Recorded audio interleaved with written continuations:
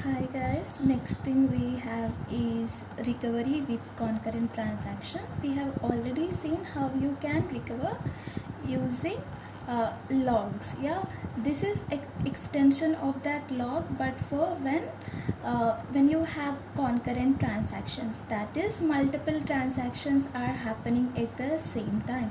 When you have multiple transactions happening at the same time, how will your log record look? Your log record will have transaction 1 will start, maybe it will do some editing, transaction 1 write value 1 value 2. Yeah, while it is still running, some other transaction will start t2. Yeah, now before it does some operation, maybe t1 will commit, and while this is happening, t3 will start. That is how concurrent transactions will work, right? Multiple transactions are happening at the same time. Now this is, for example, your log records. Yeah, now what is the problem with recovery while you are having concurrent transactions? You have to keep track of all the transactions where they are at, whether they have stopped while they are under the process, whether the failure occurred while when the whole transaction has committed, or while the transaction is happening, or before the transaction even started failure happened. All those things matter. Now consider a large database. Let's take a railway database. Now how many transactions will be happening in a railway database? Thousands and lakhs of transactions. All those transaction activity will be recorded in your log.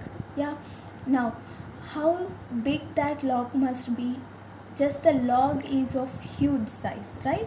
Now how will you decide all, for example, a failure occurred today? How will you decide till which part of your log you have to perform recovery?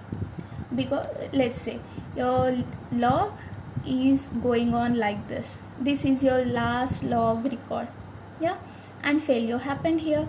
How will you decide I should recover till here, or I should recover till here?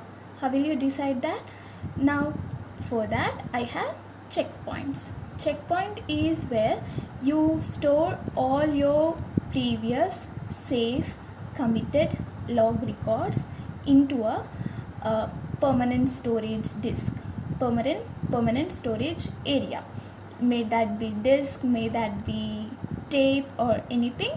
All your previous and at the same time committed log records will be sent into permanent storage. Now till here, whatever is left in your log records that is available in your system, that point is called checkpoint. Yeah, let's take a diagram. This is your time zone. For example, this transaction, for example, you're making sure all your data till yesterday will be saved to permanent memory every day. For example, railways. So all the data from today night 12 o'clock to the next day night 12 o'clock will be in your current database system. So let's say this is 12 a.m. till when you will have that data in your 11:59 p.m. next day. Yeah, now let's say, for example, you have a transaction T1, yeah, that has started yesterday night 11:50. Yeah, this is transaction T1 start. And when did that transaction complete? Today night at 12:05. Yeah, 12:05 a.m. This will be PM.